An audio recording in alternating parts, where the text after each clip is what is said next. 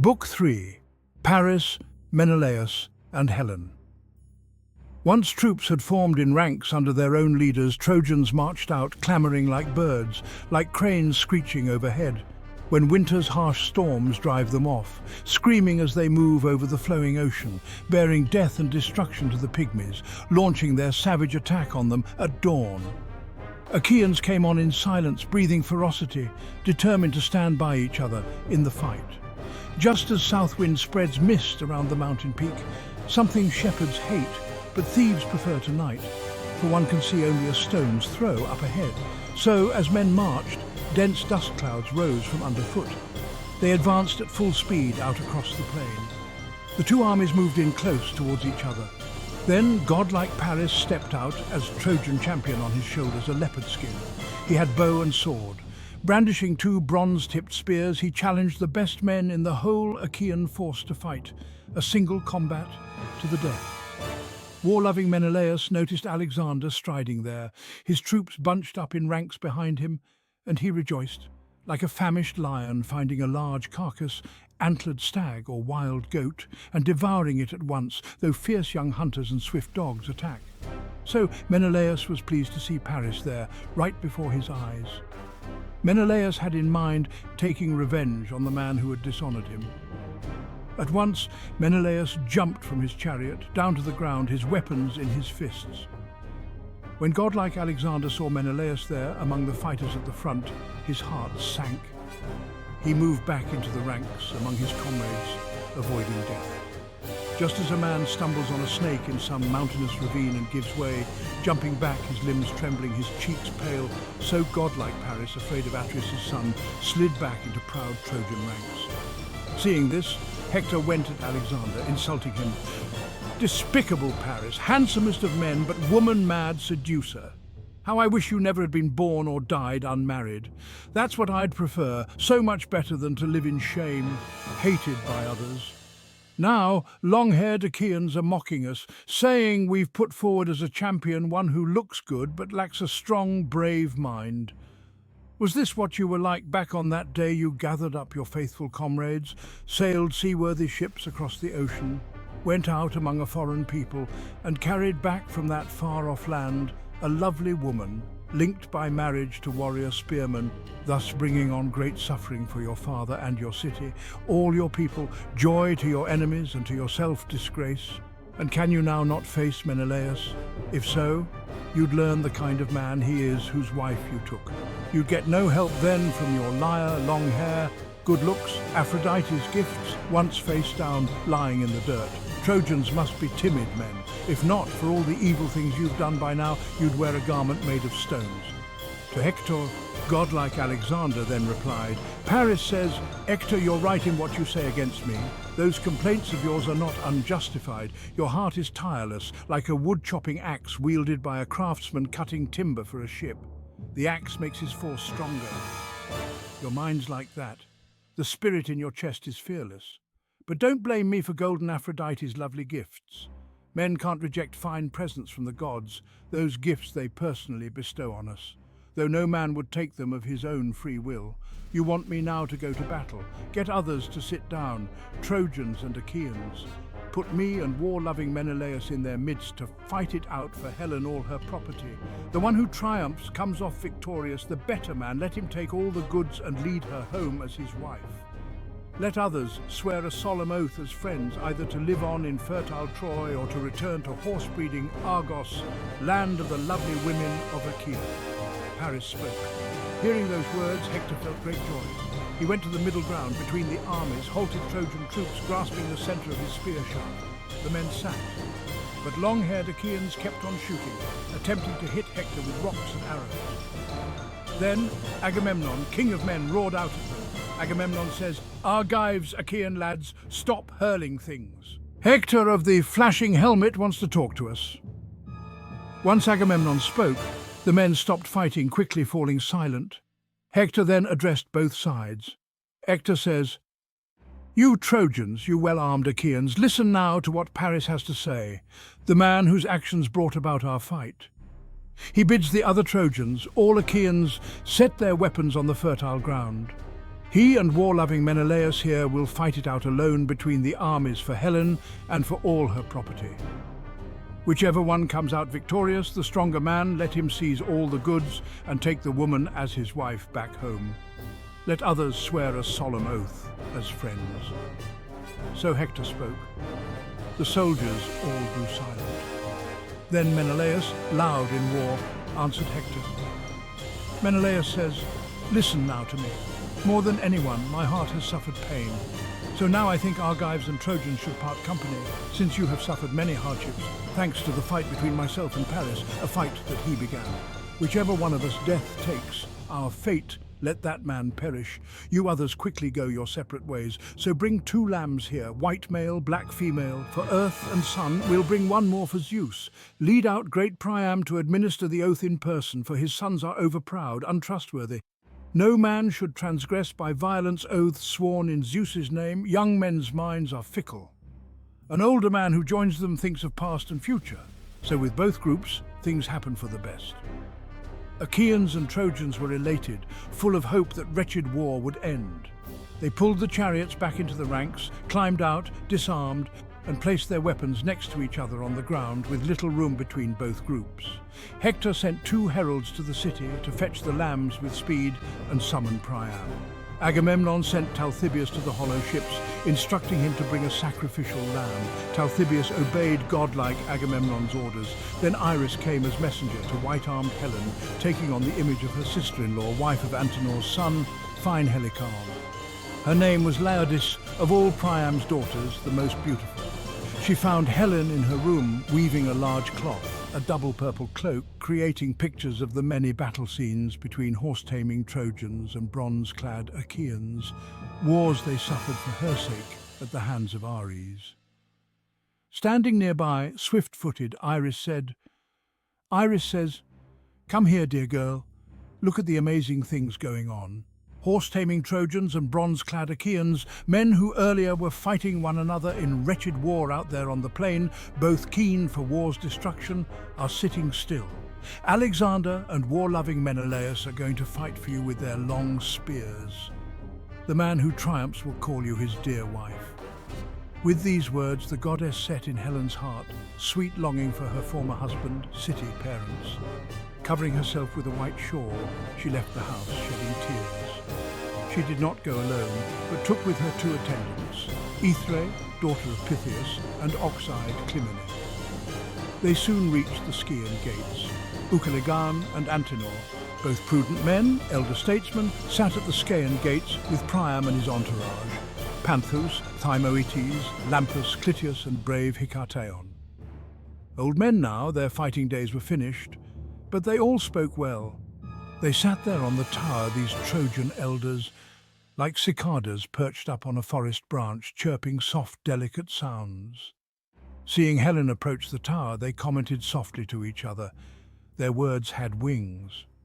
Trojan elders say, "There's nothing shameful about the fact that Trojans and well-armed Achaeans have endured great suffering a long time over such a woman, just like a goddess, immortal, awe-inspiring. She's beautiful. But nonetheless, let her go back with the ships. Let her not stay here, a blight on us, our children." So they talked. Priam then called out to Helen. Priam says, "Come here, dear child, sit down in front of me so you can see your first husband, your friends, your relatives. As far as I'm concerned, it's not your fault, for I blame the gods. They drove me to wage this wretched war against Achaeans. Tell me, who's that large man over there, that impressive, strong Achaean? Others may be taller by a head than him, but I've never seen with my own eyes such a striking man, so noble, so like a king." Then Helen, goddess among women, said to Priam, Helen says, "My dear father-in-law, whom I respect and honour, how I wish I'd chosen an evil death when I came here with your son, leaving behind my married home, companions, darling child, and friends my age. But things didn't work that way, so I weep all the time. But to answer you, that man is wide-ruling Agamemnon, son of Atreus, a good king, fine fighter, and once he was my brother-in-law, if that life was ever real. I'm such a whore." Priam gazed in wonder at Agamemnon, saying, Priam says, "Son of Atreus, blessed by the gods, fortune's child, divinely favoured. Many long-haired Achaeans serve under you. Once I went to Phrygia, that vine-rich land where I saw Phrygian troops with all their horses, thousands of them, soldiers of Atreus, godlike Mygdon, camped by the banks of the Sangarius river. I was their ally, part of their army, the day the Amazons, men's peers in war, came on against them. But those forces then were fewer than these bright-eyed Achaeans. The old man then spied Odysseus and asked, Priam says, "Dear child, come tell me who this man is. Shorter by a head than Agamemnon, son of Atreus, but he looks broader in his chest and shoulders. His armor's stacked there on the fertile earth, but he strides on, marching through men's ranks just like a ram moving through large white multitudes of sheep. Yes, a woolly ram, that's what he seems to me." Helen, child of Zeus, then answered Priam. Helen says that is Laertes' son, crafty Odysseus, raised in rocky Ithaca. He's well versed in all sorts of tricks, deceptive strategies. At that point, wise Antenor said to Helen, Antenor says, "Lady, what you say is true. Once Lord Odysseus came here with war-loving Menelaus as an ambassador in your affairs.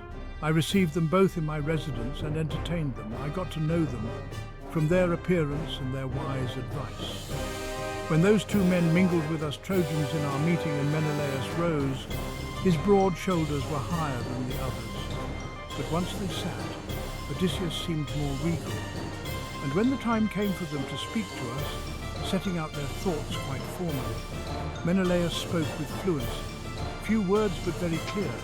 No chatter, no digressions, although he was the younger of the two.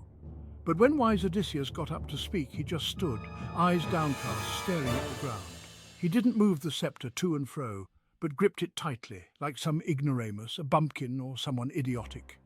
But when that great voice issued from his chest with words like winter snowflakes, no man alive could match Odysseus. We were no longer disconcerted at witnessing his style. Priam, the old man, saw a third figure, Ajax, and asked, Priam says, "Who is that other man? He's over there, that huge, burly Achaean. His head and shoulders tower over the Achaeans." Then Helen, long-robed goddess among women, answered. Helen says, "That's massive Ajax, Achaea's bulwark.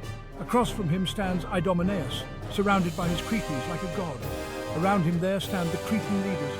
Often war-loving Menelaus welcomed him in our house whenever he arrived from Crete. Now I see all the bright-eyed Achaeans whom I know well, whose names I could recite. But I can't see two of the men's leaders, Castor, tamer of horses, and Pollux, the fine boxer. They are both my brothers, whom my mother bore along with me. Either they did not come with the contingent from lovely Lacedaemon, or they sailed here in their seaworthy ships, but have no wish to join men's battles, fearing the disgrace, the many slurs, which are justly mine." Helen spoke. But the life-nourishing earth already held her brothers in Lacedaemon, in their own dear native land. Through Troy, heralds brought offerings to seal the binding oaths, 2 lambs, and in a goatskin sack some sparkling wine, fruit of the earth. Idaeus, the herald, brought in the gleaming mixing bowl and golden cups. Standing close by Priam, he encouraged him. Idaeus says, "Son of Laomedon, the leading officers among horse-taming Trojans and bronze-clad Achaeans are calling you to come down to the plain to administer their binding promises. Paris and war-loving Menelaus are going to fight it out with their long spears over the woman. The man who wins, who comes off the victor, gets the woman and her property. The others will all swear an oath of friendship, a binding one. We will live in fertile Troy, they in Argos where horses breed, and in Achaea, land of lovely women." Idaeus finished. The old man trembled, then ordered his attendants to prepare his chariot. They obeyed at once. Priam climbed in and pulled back on the reins. Antenor climbed in the fine chariot beside him. The 2 men led swift horses through the Scaean gate, out to the plain. Once they reached the Trojans and Achaeans, they climbed out of the chariot onto fertile ground in the space between the Trojan and Achaean troops. At once Agamemnon and crafty Odysseus stood up to greet them. Noble heralds fetched the offerings to ratify their solemn oaths pledged to the gods. They prepared wine in the mixing bowl, then poured water over the king's hands. Atreus' son drew out the dagger which always hung beside his sword's huge scabbard, then sliced hairs off lambs' heads. Attendants passed these hairs among the leaders of the Trojans and Achaeans. Raising his hands, Agamemnon then intoned a mighty prayer on their behalf. Agamemnon says, "Father Zeus, ruling from Mount Ida, most glorious, most powerful, and you too, God of the sun, who sees everything, hears everything, you rivers, earth, you gods below the earth, who punish the dead when men swear false oaths, you gods are witnesses. Keep this oath firm. If Alexander slays Menelaus, let him keep Helen, all her property. Let us return in our seaworthy ships. But if fair-haired Menelaus kills Alexander, then let the Trojans hand back Helen with all her property and compensate Achaeans with something suitable, which future ages will remember. If Alexander's killed and Priam's children are unwilling to reimburse me, then I'll remain here. Fight on until I'm fully satisfied, until I end this war appropriately." So Agamemnon prayed. With his bronze dagger he slit the lambs' throats, placed them on the ground, gasping in their death throes as their life ebbed out, their spirits sliced away by Agamemnon's knife. Next, from the mixing bowl, they drew off wine in cups, poured out libations to the deathless gods. Then Trojans and Achaeans all spoke out this prayer. Trojans and Achaeans say, "Most powerful, mighty Zeus, and you others, you immortal gods, may you make sure the men who first violate these oaths will have their brains spill out onto the ground just like this wine, they and their children. May their wives be carried off by other men." So they prayed. But the son of Cronos did not grant their wish. Then Priam, descendant of Dardanus, addressed them all. Priam says, "Hear me, you Trojans, you well-armed Achaeans. I am returning now to windy Troy. I have no wish to see with my own eyes my dear son fight war-loving Menelaus. Zeus and other immortal gods know well which of them is fated to end up dead." So Priam spoke. He placed the lambs in his chariot. The godlike man climbed in, held back the reins. Antenor climbed in the fine chariot by Priam. Then both men set off, moving back toward Troy.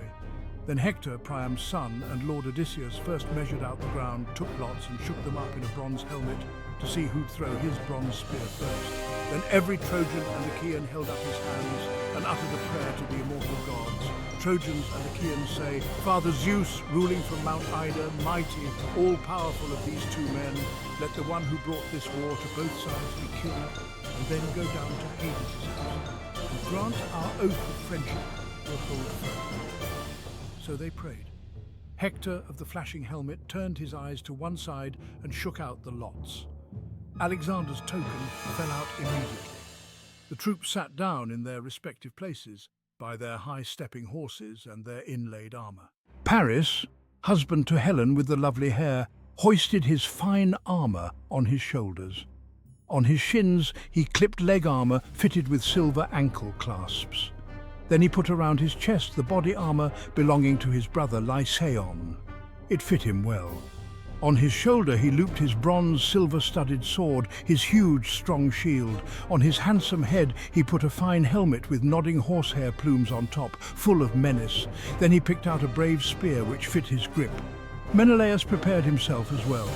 When the two men, standing on each side with their troops, had armed themselves, they strode out to the open space between the Trojans and Achaeans, staring ferociously. As horse-taming Trojans and well-armed Achaeans gazed at the two men, they were overcome with wonder.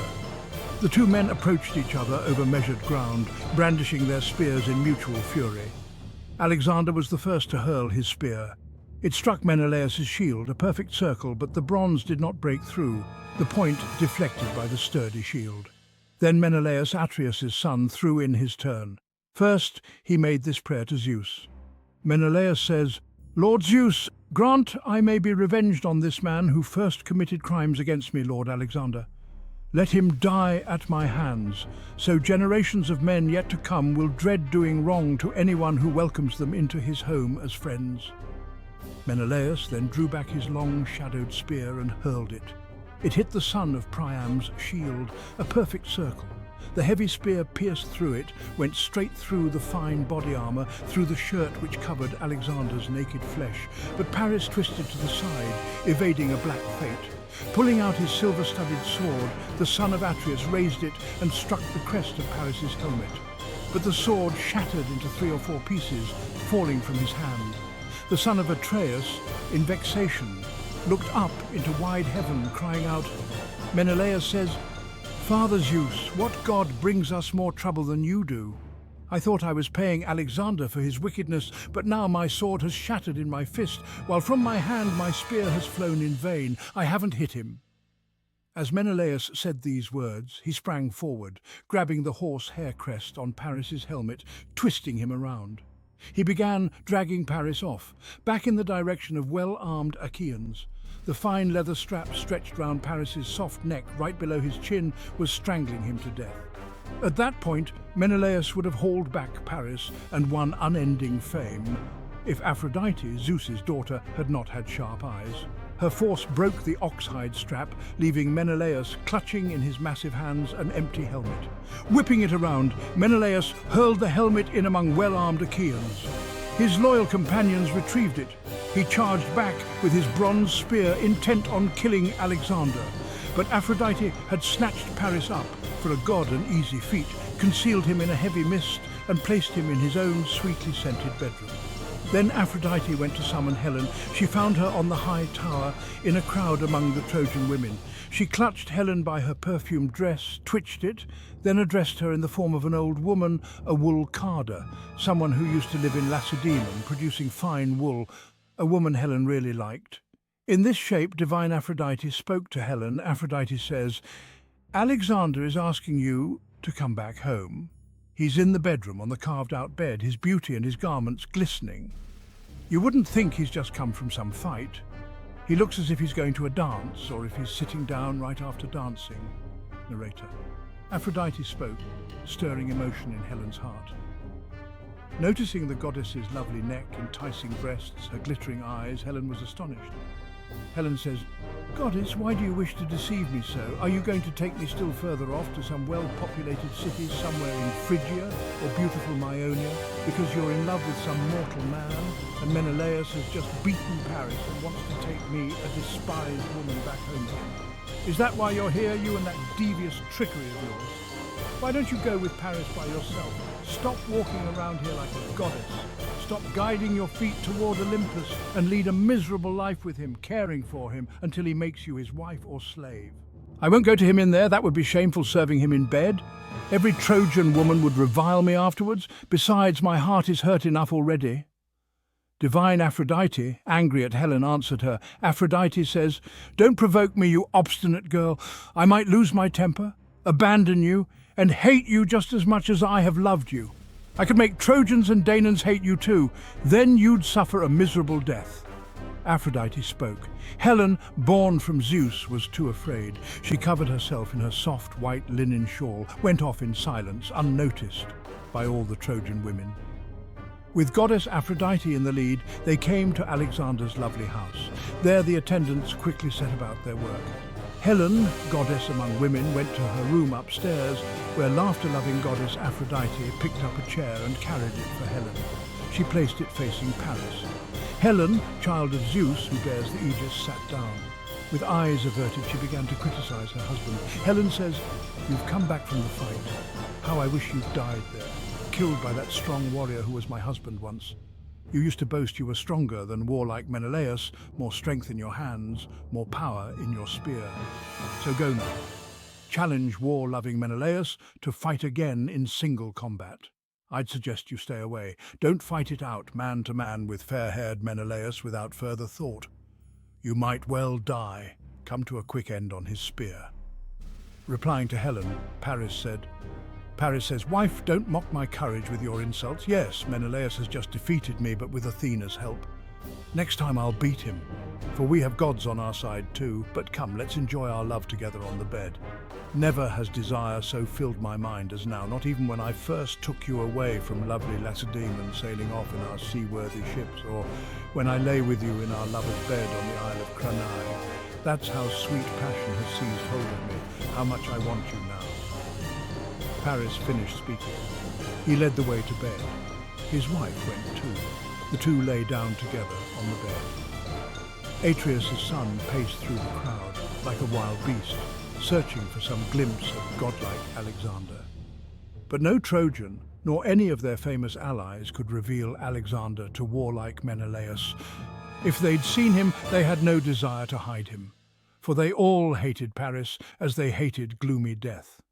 Agamemnon, king of men, addressed them. Agamemnon says, "Listen to me, Trojans, Dardanians, allies. Victory clearly falls to war-loving Menelaus. So give back our Argive Helen and her property. Compensate us with a suitable amount, something future ages will all talk about." As he finished speaking, the other Achaeans cheered. Meanwhile, the gods on Mount Olympus were observing the events unfold. Zeus, the father of gods and men, turned to Hera and Athena, who had been watching the battle with keen interest. Zeus says, "Hera, Athena, come close and see how Menelaus has triumphed over Paris. What should be done now to conclude this conflict? Shall we stir up more fighting and suffering, or bring peace to both sides?" Hera, filled with anger and resentment against the Trojans, responded first. Hera says, "Zeus, father of us all, what are you saying? How can you consider making peace now after all the suffering the Greeks have endured? Let the war continue until Troy is utterly destroyed." Athena, ever wise and strategic, added her voice. Athena says, "I agree with Hera, father.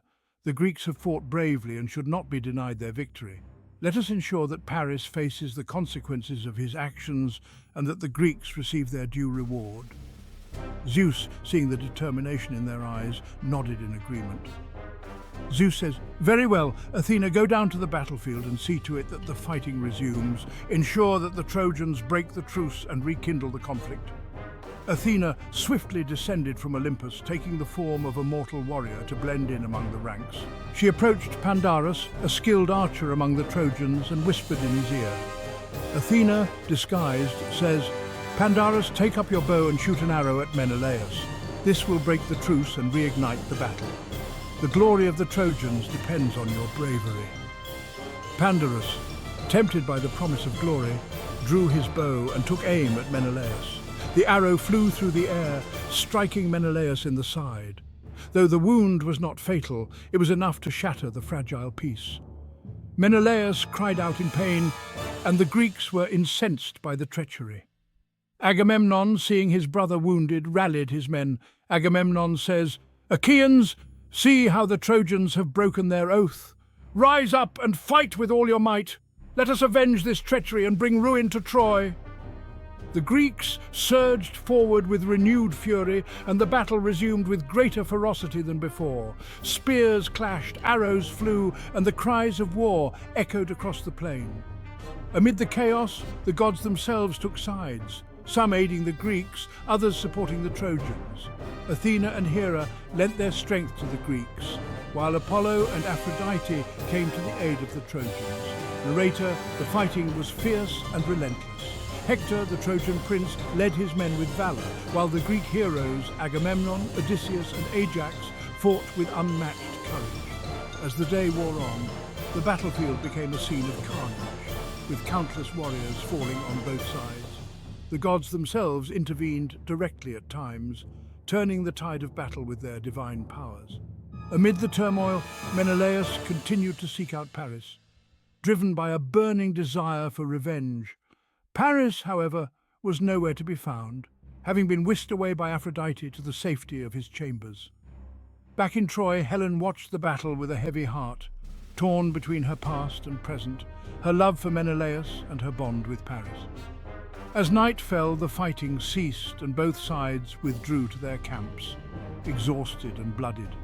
The Greeks, despite their losses, remained resolute, while the Trojans, though battered, stood defiant. The truce was shattered, and the war continued unabated. The fate of Troy hung in the balance, as heroes on both sides prepared for another day of relentless combat. And so the epic struggle of the Iliad continued, a testament to the enduring spirit of warriors and the capricious will of the gods. Dawn broke over the battlefield, casting a pale light over the carnage of the previous day. The Greeks and Trojans roused themselves from their weary slumber, prepared to face another day of relentless combat. Agamemnon, the leader of the Greeks, summoned his captains for a council of war. He addressed them with a voice full of resolve. Agamemnon says, "My friends, the Trojans have shown their treachery by breaking the truce. We must strike them with all our might today. Let us organize our forces and prepare for a fierce assault on their walls. Hector and his men will not find us unprepared. Narrator. The captains agreed and dispersed to rally their troops. Meanwhile, in the Trojan camp, Hector was also preparing his men for battle. He knew that the Greeks would come at them with renewed fury and addressed his warriors with determination. Hector says, "Trojans, we have fought bravely and defended our city well.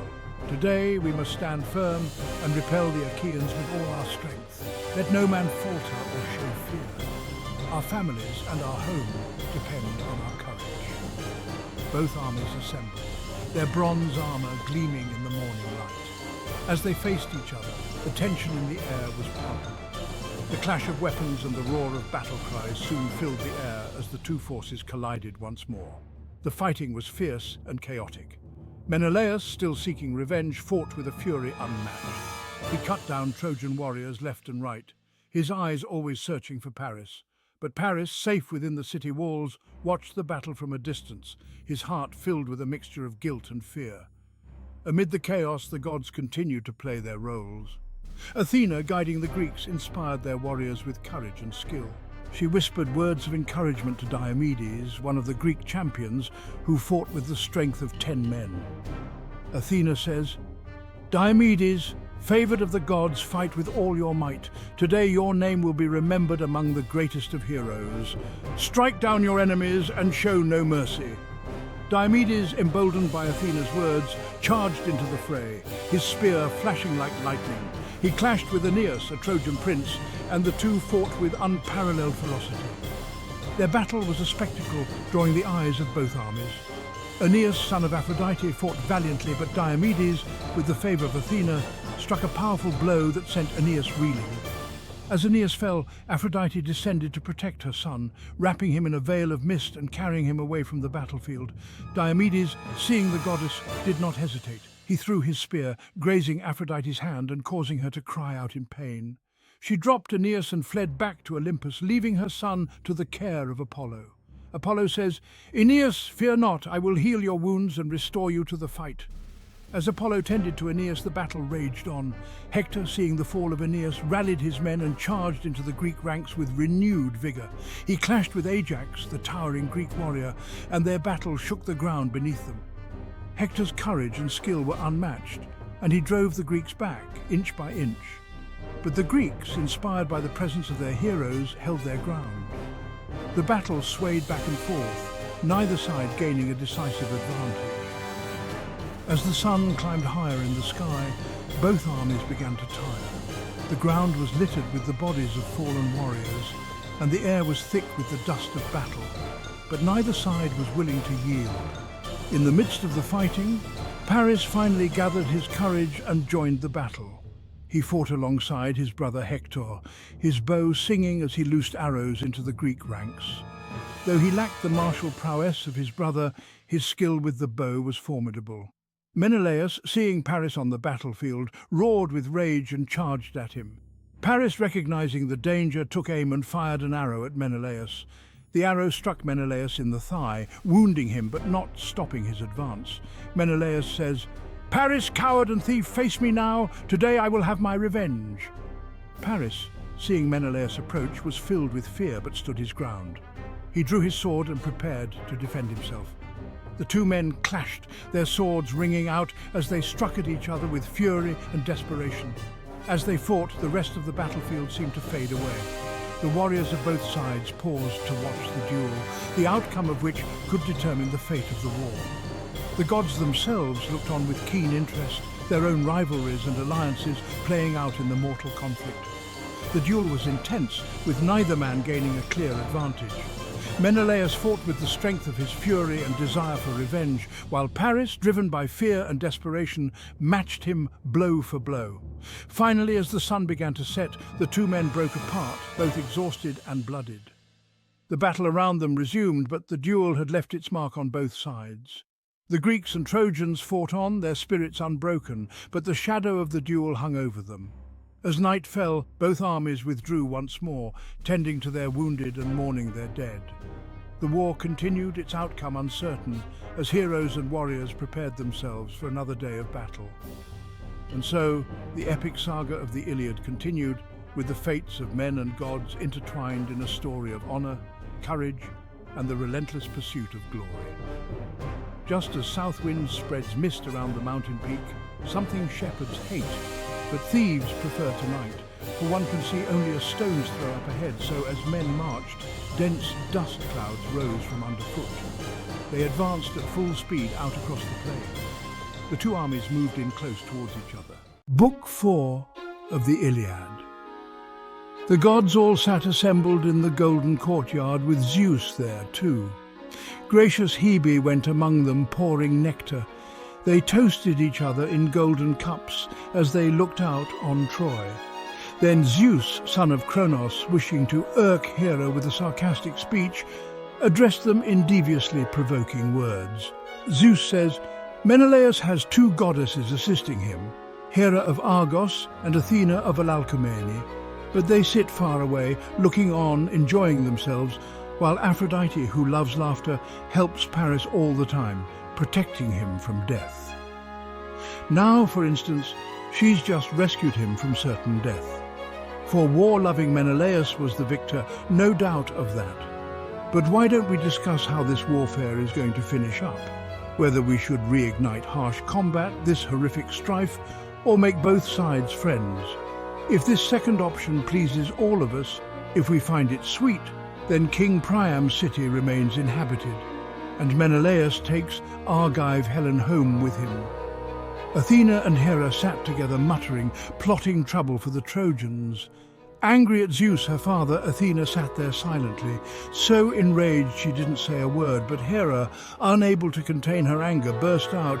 Hera says, Most fearful son of Cronos, what are you saying? How can you wish to undermine my efforts, prevent them from achieving anything? What about the sweat which dripped from me as I worked so hard, wearing my horses out, gathering men to wipe out Priam and his children? Go ahead then, but all we other gods do not approve of what you're doing. Then cloud-gatherer Zeus, irritated, said to her, Zeus says, Dear wife, what sort of crimes have Priam or Priam's children committed against you, that you should be so vehemently keen to destroy that well-built city Ilion? If you went through its gates or its huge walls, you'd gorge on Priam and his children, other Trojans too, swallow their flesh raw. That's what you do to slake your anger. Do as you wish. We should not make this matter something you and I later squabble over, a source of major disagreements. But I will tell you this, keep it in mind. Whenever I get the urge to wipe out some city whose inhabitants you love, don't try to thwart me. Let me have my way. I'll give in to you freely, though unwillingly. For of all towns inhabited by earth's peoples, under the sun, beneath the heavenly stars, sacred Ilion with Priam and his people, expert spearman, stands dearest in my heart. My altar there has always shared their feasts, with libations and sacrificial smoke, offerings we get as honours due to us. Ox-eyed Hera then said in reply to Zeus, Hera says, The three cities I love the best by far are Argos, Sparta and Mycenae, city of wide streets. Destroy them utterly if you ever hate them in your heart. I won't deny you or get in your way. If I tried disagreeing with such destruction, my hostile stance would be quite useless. For you are far more powerful than me. But my own work must not be wasted, worth nothing. I'm a god, the same race as you. I'm crooked-minded Cronos' eldest daughter. Another thing, in addition to my birth, I'm called your wife, and you rule all immortals. In this matter, then, let's both support each other's wishes, you mine, I yours. Other gods will follow our example. Instruct Athena to go immediately where Trojans and Achaeans carry on their bitter conflict. There she should try to get the Trojans to break their oaths first, by harming the glorious Achaeans. Hera spoke. The father of gods and men agreed. He spoke up to Athena. His words had wings. Zeus says, Go quickly to the Trojan and Achaean troops. Try to get the Trojans to break their oaths first by injuring the glorious Achaeans. Zeus's words stirred up Athena's earlier desires. She darted from Olympus' summit, sped off like a comet sent by crooked-minded Cronus's son, a beacon for sailors and the wide race of men, showering sparks behind her as she flew. That's how Pallas Athena shot to earth, then dropped right down into the middle of the soldiers. Horse-taming Trojans looked on in amazement, well-armed Achaeans too. As they saw her, each man said to the person next to him, "Trojan soldier says, there's going to be more war, more wretched combat, or else great Zeus, who serves up war to men, will make the troops on both sides friends." That's what troops muttered, both Trojan and Achaean. Athena went down into the Trojan crowd looking like Laodocus, Antenor's son, a strong spearman seeking godlike Pandarus. She met Pandarus, Lycaon's powerful son, a fine man, standing there with his sturdy soldiers, shield-bearing troops who'd come from the river Asopus. Standing near him, Athena spoke. Her words had wings. Athena, disguised, says, "Fiery-hearted son of Lycaon, why not do as I suggest? Prepare yourself to shoot a swift arrow at Menelaus. You'd earn thanks and glory from all Trojans, and most of all from Prince Alexander. He'd be the very first to bring fine gifts if he could look at warlike Menelaus, son of Atreus, mounted on his bier, his bitter funeral pyre, killed by your arrow. So come then, shoot an arrow at him, at splendid Menelaus. Promise Apollo, illustrious archer born in Lycia, you'll make fine sacrifice, some newborn lambs once you get back to holy Zelea." Athena spoke, and thus swayed his foolish wits. Pandarus took up his bow of polished horn, made from a nimble wild goat he himself once shot under the chest as it leapt down from the rock. He'd waited in ambush and hit it in the front. The goat fell down the rocks, landing on its back.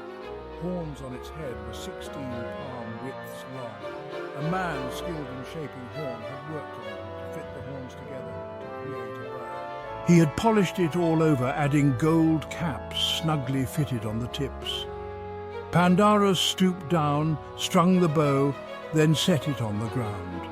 His brave companions held their shields before him, just in case Achaea's warlike sons attacked them before he could shoot Menelaus, Atreus's warrior son. Then, removing the cover from his quiver, Pandarus took out an arrow, a fresh-winged courier bearing dark agony. Next, he quickly set the keen arrow on the string, swearing an oath to the archer god, Lycian-born Apollo, that he would make splendid sacrifice, firstborn lambs, when he got back to his city, holy Zelea. Gripping the arrow notch, the oxgut bowstring, he pulled back, drawing the string right to his nipple, iron arrowhead against the bow. Once he'd bent that great bow into a circle, the bow twanged, the string sang out, the sharp-pointed arrow flew away, eager to bury itself in crowds of men. But Menelaus, the immortal sacred gods, did not forget you. Athena, Zeus's daughter, goddess of war's spoils, was first to stand before you, to ward off the piercing arrow. She brushed it from your skin, just as a mother brushes a fly off her child while he lies sweetly sleeping. Athena led the arrow to the spot where the gold buckles on the belt rest on the joint in the double body armor. The keen arrow dug into the leather strap, passed right through the finely decorated belt, through the richly embossed armor, the body mail, his most powerful guard, worn to protect his flesh by blocking spears and arrows. The arrow pierced it, going through that mail, and grazed the skin of Menelaus. Dark blood at once came flowing from the wound, just as when some woman of Maeonia or Caria stains ivory with purple dye, making a cheek piece for a horse, and leaves it in her room, an object many riders covet for themselves, a king's treasure, a horse's ornament and rider's glory. That's how, Menelaus, your strong thighs, shins and ankles were stained with your own blood below the wound. When Agamemnon saw dark blood flowing from the wound, that king of men shuddered, and Menelaus, who loved war, shuddered too. But when he saw barbs of the arrowhead, its binding still outside, not underneath the skin, His spirits rose and courage flowed back into his chest. Mighty Agamemnon, taking Menelaus by the hand with a bitter groan, spoke to his companions, all grieving with him. Agamemnon says, "Dear brother, that oath I swore to was your death, letting you step forward to fight Trojans as Achaea's champion. For now the Trojans have shot you, walking roughshod on their oaths, that treaty they swore to in good faith. But still, the oath, lamb's blood, unmixed libations, handshakes, things in which we placed our trust. All these will not go in vain, for if Zeus the Olympian does not fulfill them now, later on he will. Trojans will pay much, with their heads, their wives, their children. I know in my mind and heart that day will come when holy Troy, Priam and his people, fine spearmen, will be annihilated. When high-ruling Zeus, son of Kronos, who dwells in the sky, angry at their lies, will shake his dark aegis against them all. These things will be fulfilled, but Menelaus, I'll be in dreadful pain on your account if you die, if fate now ends your life, if I return to Argos totally disgraced. For Achaeans immediately will think of home, leaving Priam and his Trojans here in triumph, abandoning Helen, an Argive woman. Your bones will lie rotting here in Trojan soil, recalling the work we failed to finish. Then some arrogant Trojan, leaping up onto the tomb of famous Menelaus, will shout, "May Agamemnon's anger always end like this. His Achaean army he brought here in vain. He returned home, back to his native land in empty ships, abandoning courageous Menelaus." That's what he'll say. Before that day I hope the broad earth will lie over me. Then Menelaus, to cheer up Agamemnon, said, Menelaus says, "Take courage, don't upset Achaeans. This sharp arrow is not a fatal hit. My gleaming belt protected me on top, as did my body chainmail underneath, forged in bronze." Mighty Agamemnon answered. Agamemnon says, "My dear Menelaus, I hope that's true, but a healer must inspect your wound, apply his medicine to relieve black pain." Agamemnon ordered Talthybius, his godlike herald. Agamemnon says, "Talthybius, as quickly as you can, get Machaon here, son of Asclepius, healer without equal, to look over warlike Menelaus, son of Atreus, shot by someone's arrow, a skilled archer, Trojan or Lycian, to his glory and our grief." Once he heard the order, Talthybius obeyed. He set off among bronze-clad Achaeans, seeking heroic Machaon. He saw him there, standing among the ranks of his strong warriors, shield-bearing men who'd come with him from Tricca, land where horses breed. Standing close beside him, Talthybius spoke. His words had wings. Talthybius says, "Son of Asclepius, rouse yourself, for mighty Agamemnon calls for you to look at warrior Menelaus, Achaea's leader, shot by someone's arrow, a skilled archer, Trojan or Lycian, to his glory and our grief." Talthybius' words, Machaon's spirits were stirred up in his chest. They set off together through the wide Achaean army's crowded ranks. They came where wounded, fair-haired Menelaus lay. Around him all the noblest men had gathered in a circle. Machaon, godlike man, strode into the middle, drew the arrow from the belt without delay, twisting back the sharp barbs as he pulled the arrow out. He undid the finely decorated belt and armor. Then, under that, the chainmail, forged in bronze. Next, he inspected the wound the keen arrow made, sucked out the blood, then skillfully applied his potions, soothing medicines which Chiron gave his father. While the Achaeans were looking after Menelaus, lord of the loud war shout, Trojan ranks advanced, shields ready, once more armed with all their weapons, fully charged with passionate desire for battle. Then you would not have seen Lord Agamemnon sleeping, hiding, or not keen to fight. Quite the reverse, he was moving out to combat, to man-ennobling war.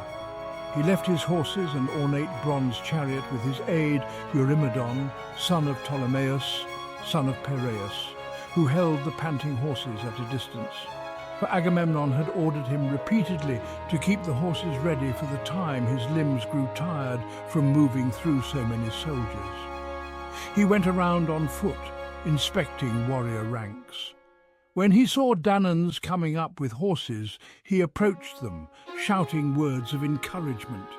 Agamemnon says, "Argives, don't lose your warlike spirit. Father Zeus will never help those liars. By attacking us, these Trojans were the first to violate their oaths. Vultures will gnaw away their tender flesh, while we lead off their wives and their dear delicate children to our ships after we've demolished their city." But when Agamemnon saw soldiers holding back from hateful war, he lashed out at them in anger. Agamemnon says, "You cowards, worthless Argives, aren't you ashamed? What are you doing just standing here like dazed fawns, exhausted after running over a large plain, now motionless, hearts drained of spirit? That's how you stand in a trance, not marching up to battle. Are you waiting for Trojans to come closer, up to the fine sterns of our ships beached here on the grey seashore, so you can see if the hand of Cronus' son will shield you?" In this way, Agamemnon moved around the army, exerting his authority throughout the ranks. Going past crowds of men, he met the troops from Crete as they armed themselves around Idomeneus, their fiery-hearted leader at the front, fierce as a wild boar. In the rear, Meriones roused the ranks for action. Looking at these two, Agamemnon, king of men, rejoiced. He spoke out, talking straight to Idomeneus in a friendly tone. Agamemnon says, "Idomeneus, above all Danaans with their swift horses, I value you in war, in all other matters, and at banquets, when Achaea's finest prepare gleaming wine, the kind reserved for kings in mixing bowls. Other long-haired Achaeans drink their portion, the amount allotted to them. But your cup always stands full of wine, as does mine, so you drink any time your heart desires. Set off to battle, then. Show you're a man, the splendid man you claimed to be before." Idomeneus, Cretan leader, answered Agamemnon. Idomeneus says, "Son of Atreus, indeed I'll prove myself a loyal comrade to you, as I promised that first time long ago. But you should rouse other long-haired Achaean men to action, so we may fight at once without delay. Since Trojans have broken their sworn promises, death and sorrow will come to them at last, for they attacked us first, breaking their oaths." At these words, Agamemnon felt joy fill his heart. Then he moved off. As he continued on his way, he met both men called Ajax, arming themselves among the hordes of troops, with crowds of men on foot.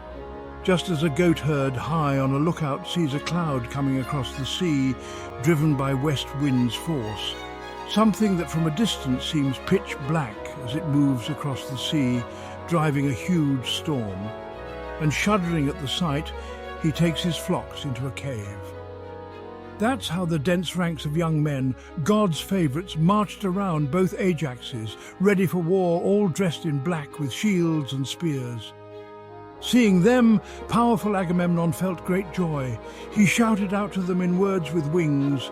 Agamemnon says, "You two Ajaxes, leaders of the Argives armed in bronze, for you I have no orders.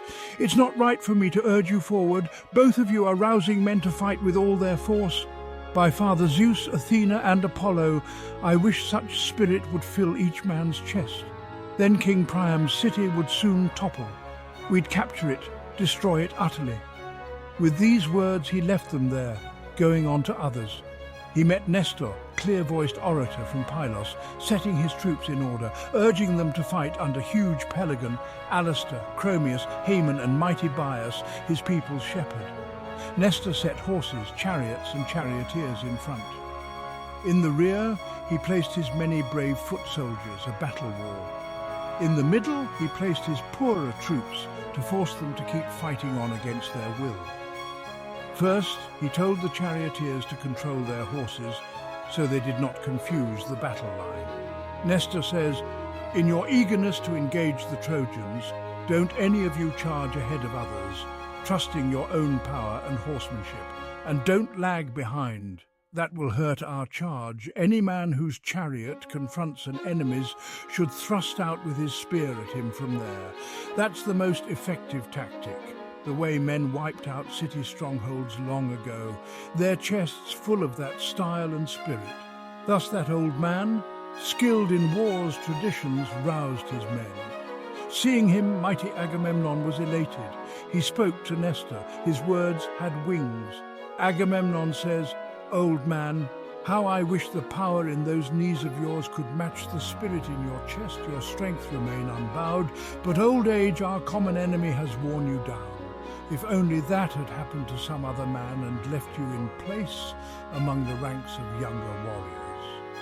To these words, Gerenian horseman Nestor says, "Son of Atreus, yes, indeed, I wish I were the man I used to be back then, when I cut down Lord Ereuthalion.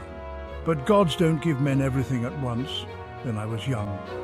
Now, old age follows me, but I'll be with my horsemen, advising them, giving them their orders. An old man's right. Fighting with spears is for the younger men born after me, men who rely on strength." Nestor spoke. Filled with joy, Atreus' son moved on. Next he came upon Menestheus, Peteos' son, a charioteer, standing still among Athenians, famous for their battle cries. Close by them, resourceful Odysseus stood among his troops, Cephalenian soldiers, powerful fighting men.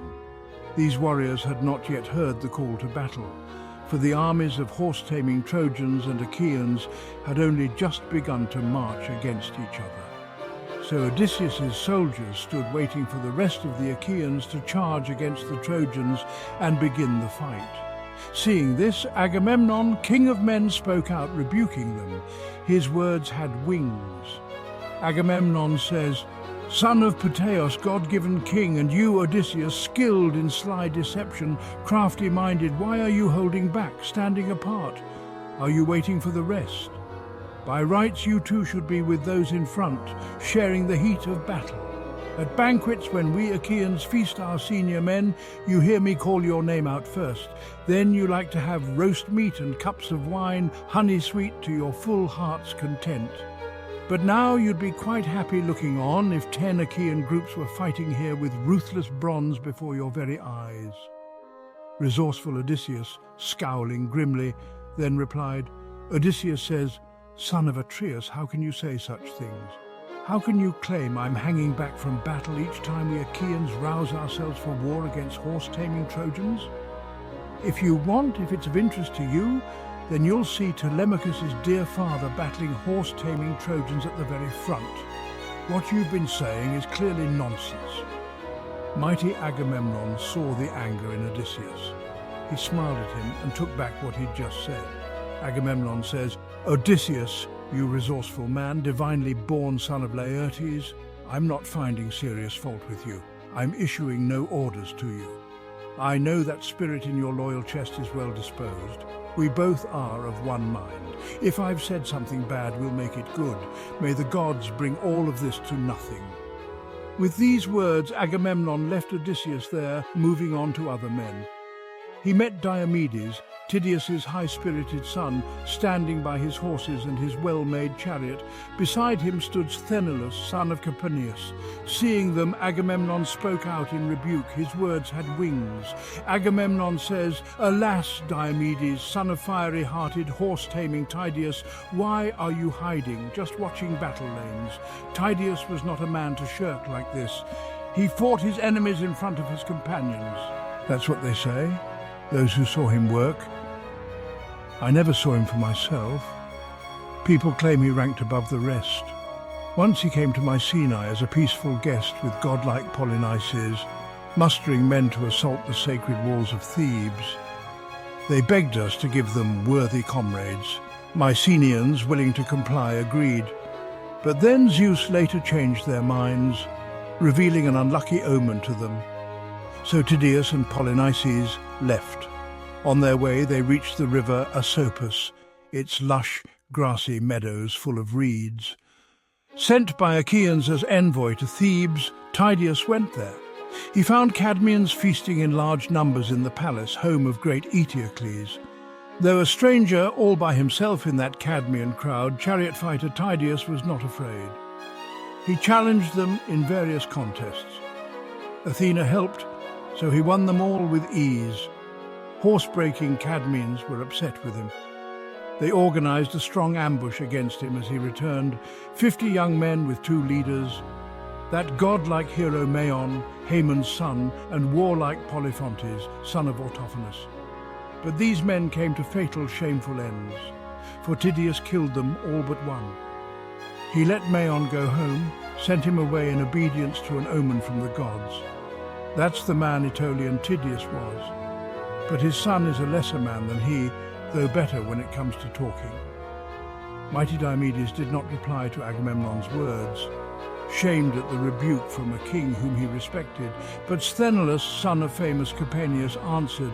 Sthenelus says, "Son of Atreus, don't spread lies. You know the truth. We claim we're far better than our fathers. We captured Thebes, city of 7 gates, leading smaller forces over stronger walls, trusting signs sent by the gods and Zeus's aid. The others died through their own foolishness, so don't give our fathers honors high as mine." Powerful Diomedes, frowning, spoke to Sthenelus. Diomedes says, "My friend, stay quiet. Follow my advice, for I'm not hurt that Agamemnon, the army's shepherd, urges armed Achaeans on to battle. For he will get the glory if Achaeans annihilate the Trojans and capture sacred Iliad, and he'll get great sorrow if Achaeans are wiped out. But come, let's get our 2 minds working to rouse our spirits for this coming fight." Diomedes spoke. Then with his weapons he jumped from his chariot down to the ground.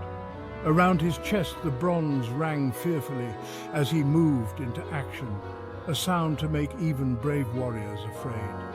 Just as thundering ocean surf crashes on the sand, wave after wave, driven by the west wind's power, one wave rising at sea, then booming down on shore, arching in crests and crashing down among the rocks, spewing salt foam. So then Danaan ranks, row after row, moved out, spirits firmly set on war. Each leader issued his own orders to his men. The rest marched on in silence. You would never think such a huge army could move out with its voice buried in those chests in silent fear of their commanders. As they marched, the polished armor on them glittered. As for the Trojans, they were like thousands of ewes standing in a rich man's farm, bleating constantly, waiting for someone to come and collect white milk as they hear lambs call. Just like that, the din rose up throughout the widespread Trojan force. They shared no words, they had no common language, but mixtures of tongues with men from many lands. Ares urged the Trojans on, while bright-eyed Athena kept rousing the Achaeans. With them came terror, fear, and tireless strife, sister and companion of man-destroying Ares. At first small in stature, she later grows enormous, head reaching heaven as she strides across the earth. Strife went through crowds of soldiers, casting hatred on both sides equally, multiplying human miseries. When the 2 armies came to one common ground, they smashed into each other. Shields, spears, fierce, angry men encased in bronze, studded shields bashed one another. A huge din arose, human cries of grief and triumph, those killing and those killed. Earth flowed with blood, just as streams swollen with melting snows pour out, flow downhill into a pool, and meet some torrent from a great spring in a hollow gully there. And the shepherd in the distant hills hears the roar. So the shouts and turmoil resounded then from warriors as they collided. Antilochus was the first to kill a man. A well-armed Trojan warrior, Echepolus, son of Thalesius, a courageous man who fought in the front ranks. He hit his helmet crest, topped with horsehair plumes, spearing his forehead. The bronze point smashed straight through the frontal bone. Darkness hid his eyes and he collapsed like a tower, falling down into that frenzied battle. As he fell, powerful Elephenor, son of Chalcedon, courageous leader of the Abantes, seized his feet and started pulling him beyond the range of weapons, eager to strip him of his armor quickly. But Elephenor's attempt did not go on for long. Great-hearted Agenor saw him drag the dead man. He stabbed Elephenor with his bronze spear right in his exposed side. though his shield left him vulnerable as he bent down. His limbs gave way as his spirit left him. Over his dead body, Trojans and Achaeans kept fighting grimly on, attacking like wolves, man whirling against man. Then Ajax, son of Telamon, hit Simoeisius, Anthemian's son, a fine young warrior. He was born on the banks of the river Simoeis, while his mother was coming down Mount Ida, accompanying her parents to watch their flocks. That's why the people called him Simoeisius. But he did not repay his fond parents for raising him. His life was cut short on great Ajax's deadly spear. As he was moving forward with the men in front, Ajax struck him in the chest by the right nipple. The bronze spear went clean through his shoulder.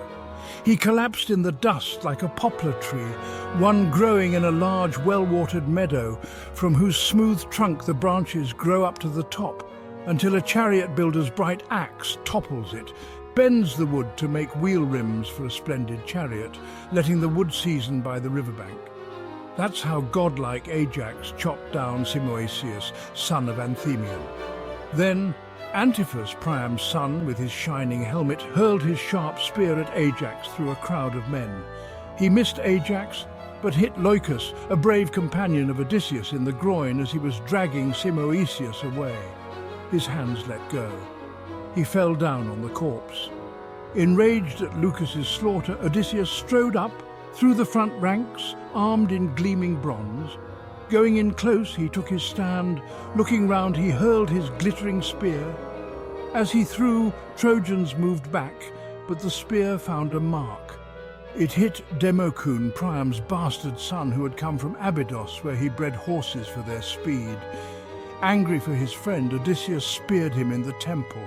The sharp bronze pressed on through the other side, coming out his forehead. Darkness fell on his eyes, and he collapsed with a crash. The armor on him echoed. Trojans in the front ranks, among them noble Hector, backed away. Raising a huge shout, the Argives hauled off the corpses and charged ahead much further. Looking down from Pergamus, Apollo grew annoyed. He called out to the Trojans, shouting, "Apollo says, 'Charge ahead, you horse-taming Trojans. Don't make Argives happy. Their skin's not made of stone or iron. Once you strike at them, it can't stop flesh-ripping bronze. And Achilles, son of lovely Thetis, isn't in this fight. He's sitting by his ships, nursing his anger.'" So the fearsome god spoke out from the city. Athena Tritogeneia, mighty Zeus's daughter, rushed among Achaeans, urging companies on if she saw men holding back, hesitant to fight. Death then came to Diores, son of Amarynceus. He was hit by a jagged rock on his right shin beside the ankle. It was thrown by Perseus, son of Imbrasus, captain of the Thracians who'd come from Enos. The cruel rock crushed both tendons and the bone. He fell onto his back down in the dust. There he reached out with both hands for his companions. His spirit left his body with each gasp he took. Perseus, who'd thrown the rock, ran up and speared his gut. His bowels spilled out onto the ground. Darkness hid his eyes. As Perseus moved off, Thoas, an Aetolian, hit him, his spear striking him above the nipple. The bronze spear point bit into his lungs.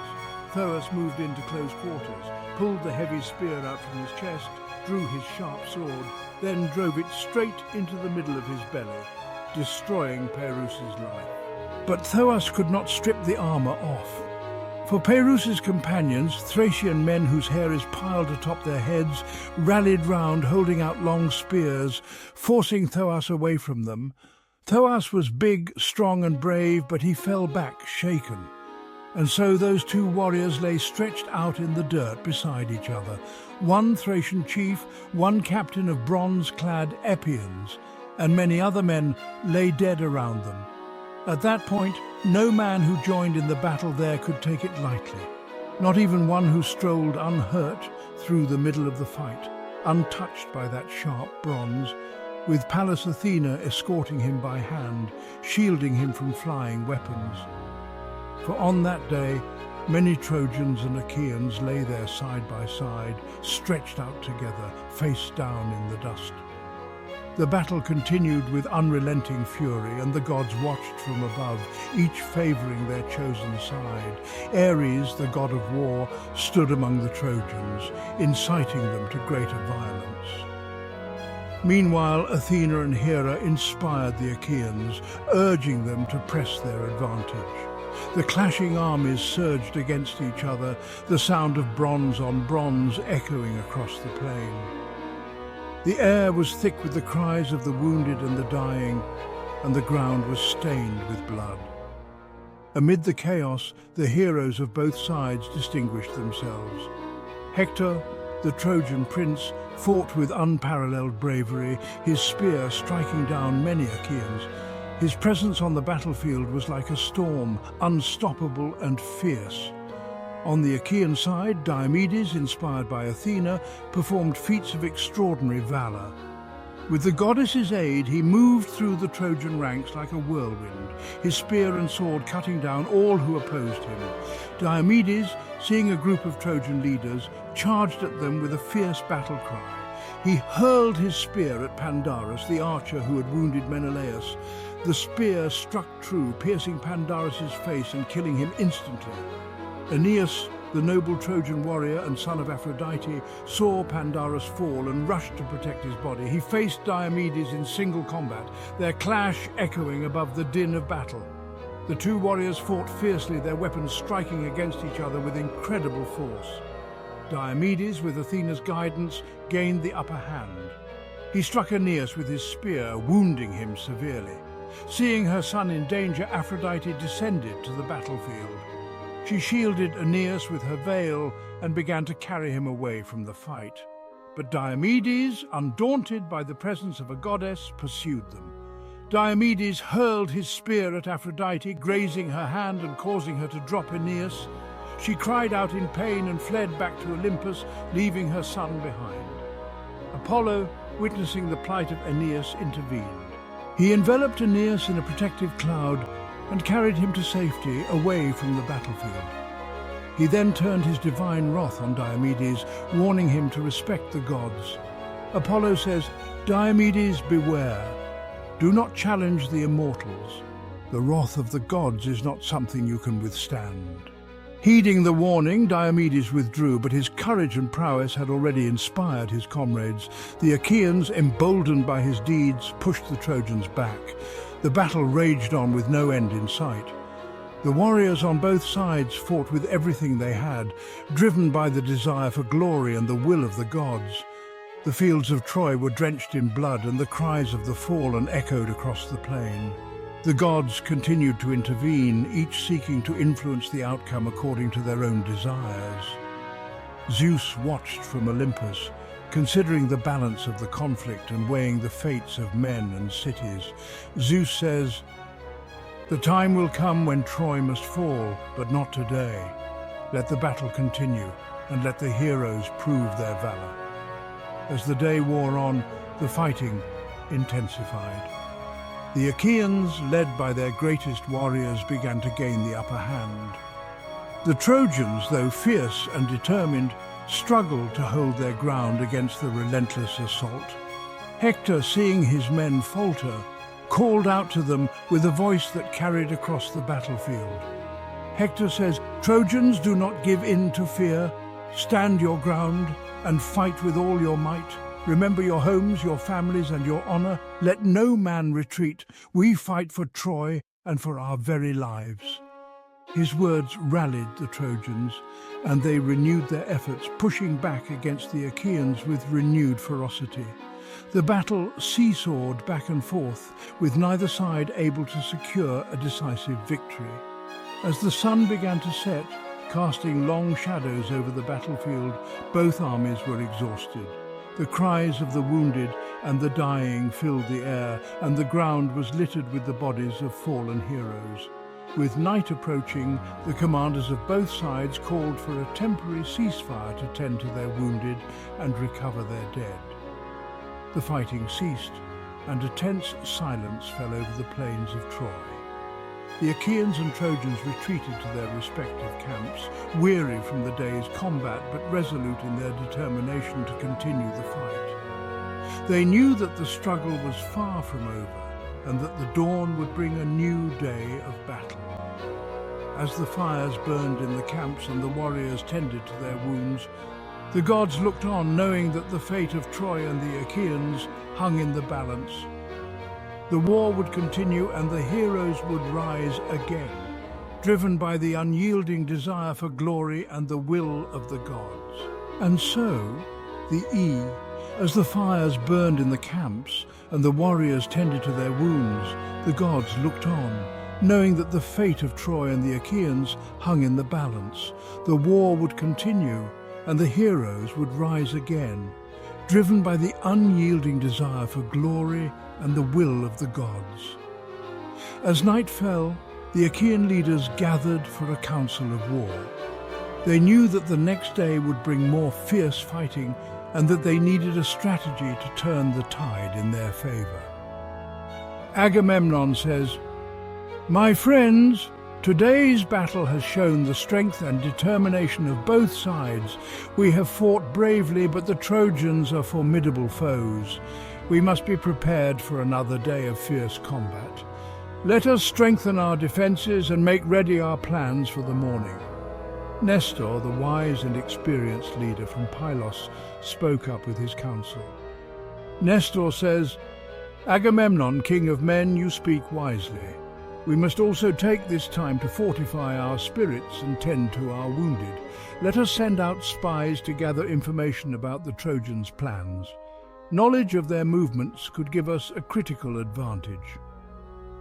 Agamemnon nodded in agreement and turned to Diomedes and Odysseus, two of his most trusted and capable warriors.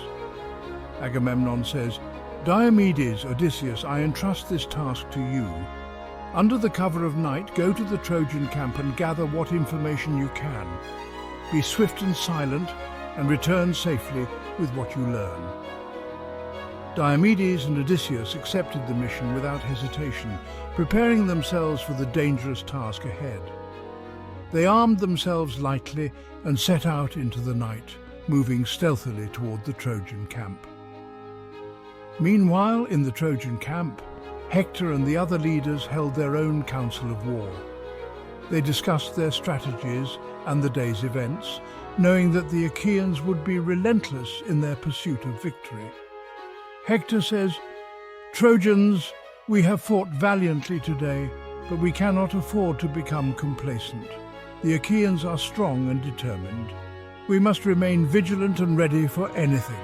Let us strengthen our defenses and prepare for another day of battle."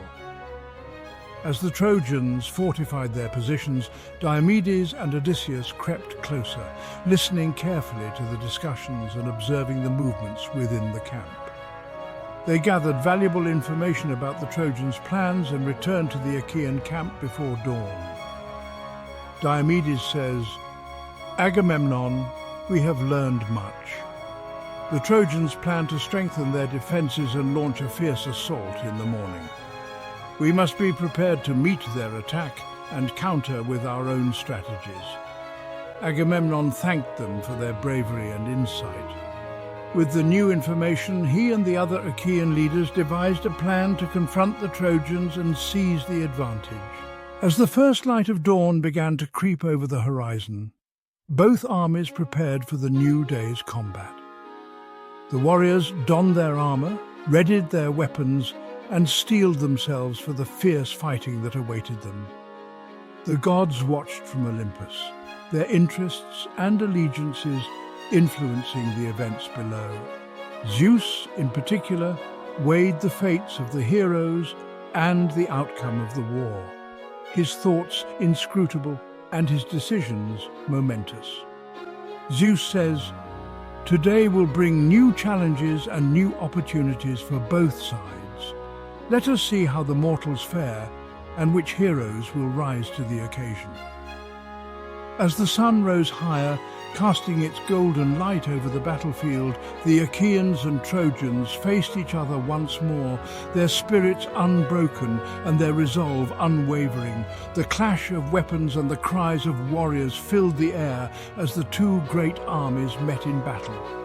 The struggle was fierce and unrelenting, with both sides determined to secure victory. Hector, leading the Trojans with unmatched bravery, drove his men forward, urging them to press the attack and break through the Achaean lines.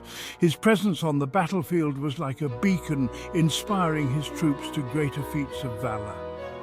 On the Achaean side, Agamemnon, Diomedes, and the other leaders fought with all their might, their determination fueled by the desire to avenge their fallen comrades and achieve glory. They rallied their men, encouraging them to stand firm and fight with all their strength. The battle raged on with no sign of either side yielding. The ground was littered with the bodies of the fallen, and the air was thick with the dust and blood of combat.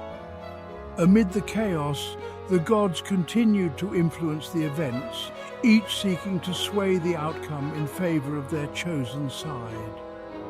Athena and Hera supported the Achaeans, while Ares and Apollo lent their aid to the Trojans.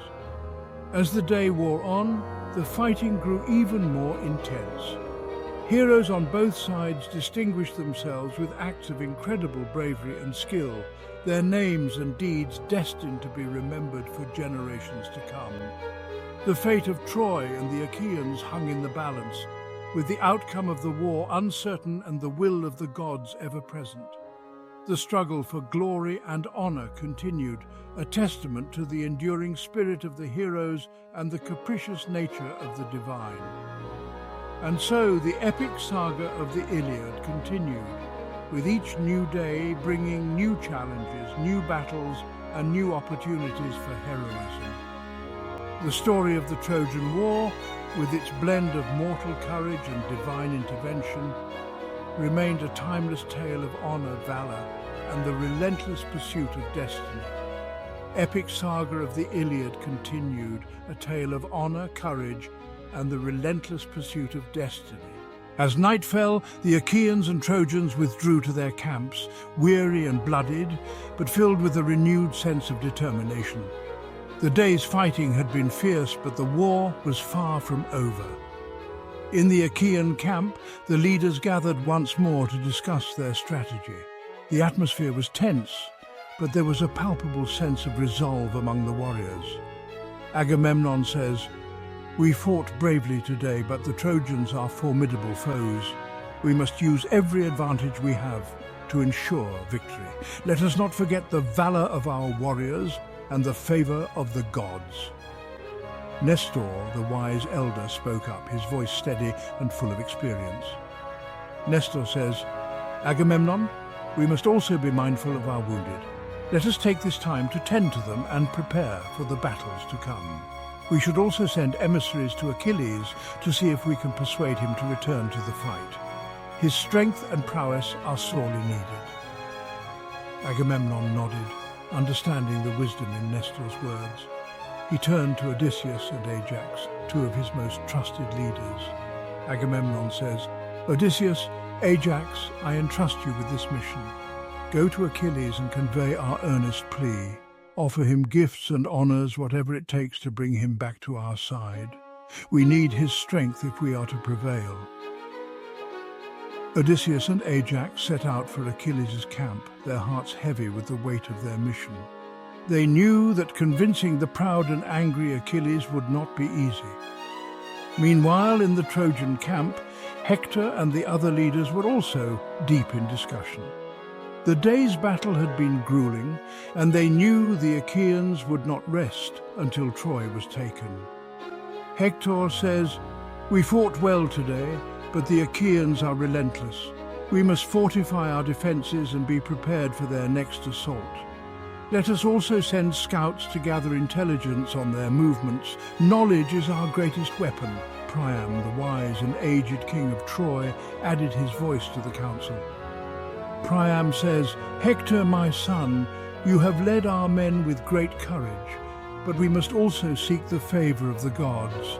Let us offer sacrifices and prayers to ensure their protection and guidance in the days to come."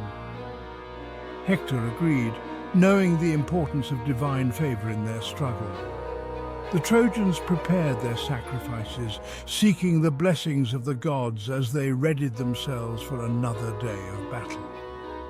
Back at Achilles' camp, Odysseus and Ajax arrived and found the great warrior brooding by the sea. Patroclus, his closest companion, stood by his side, sharing in his friend's sorrow and anger. Odysseus says, "Achilles, son of Peleus, we come with an urgent plea from Agamemnon and the Achaean leaders. We beg you to return to the fight. The Trojans are strong, and we need your strength to turn the tide. Agamemnon offers you gifts and honors, whatever you desire." Achilles listened, his expression hard and unyielding. His anger at Agamemnon's earlier slight still burned within him, but he knew the importance of the war and the fate of his comrades. Achilles says, "Odysseus, Ajax, I understand the gravity of your plea, but my anger at Agamemnon's insult cannot be so easily soothed. He dishonored me and took what was rightfully mine. How can I fight for a leader who shows me such disrespect?" Ajax, sensing the depth of Achilles' grievance, spoke with a voice full of empathy and understanding. Ajax says, "Achilles, we know the wrong done to you was great. But think of your comrades, your friends who fight and die on the battlefield. Think of the glory and honor that await you. The Achaeans need you, and the war cannot be won without your might." Patroclus, seeing the struggle in Achilles' eyes, added his voice to the plea. Patroclus says, "Achilles, my friend, I share in your anger and sorrow, but let us not forget why we came to Troy. The Achaeans are our brothers in arms, and they need us. Let us set aside our pride for the sake of victory and honor." Achilles sighed deeply, his heart torn between his anger and his duty. He looked out at the sea, the waves crashing against the shore, and felt the weight of his decision. Achilles says, "I will consider your words, my friends. I will think on what you have said and make my decision. Return to Agamemnon and tell him that I have not yet made up my mind, but know this, my anger is deep, and it will not be easily quenched." Odysseus, Ajax, and Patroclus nodded, understanding the depth of Achilles' struggle. They returned to the Achaean camp with heavy hearts, knowing that the fate of the war hung in the balance. As the night wore on, the Achaeans and Trojans prepared for another day of battle. The fires burned brightly in their camps, casting long shadows and illuminating the faces of the warriors who stood ready to fight. The gods looked on, their own plans and desires intertwining with the fate of the mortals below. The epic saga of the Iliad continued, with each new day bringing new challenges, new battles, and new opportunities for heroism. The story of the Trojan War, with its blend of mortal courage and divine intervention, remained a timeless tale of honor, valor, and the relentless pursuit of destiny. The heroes of the Iliad, driven by their desire for glory and their devotion to their comrades, would rise again to face the trials that awaited them on the plains of Troy. The gods all sat assembled in the golden courtyard, with Zeus there too. Gracious Hebe went among them, pouring nectar. They toasted each other in golden cups as they looked out on Troy.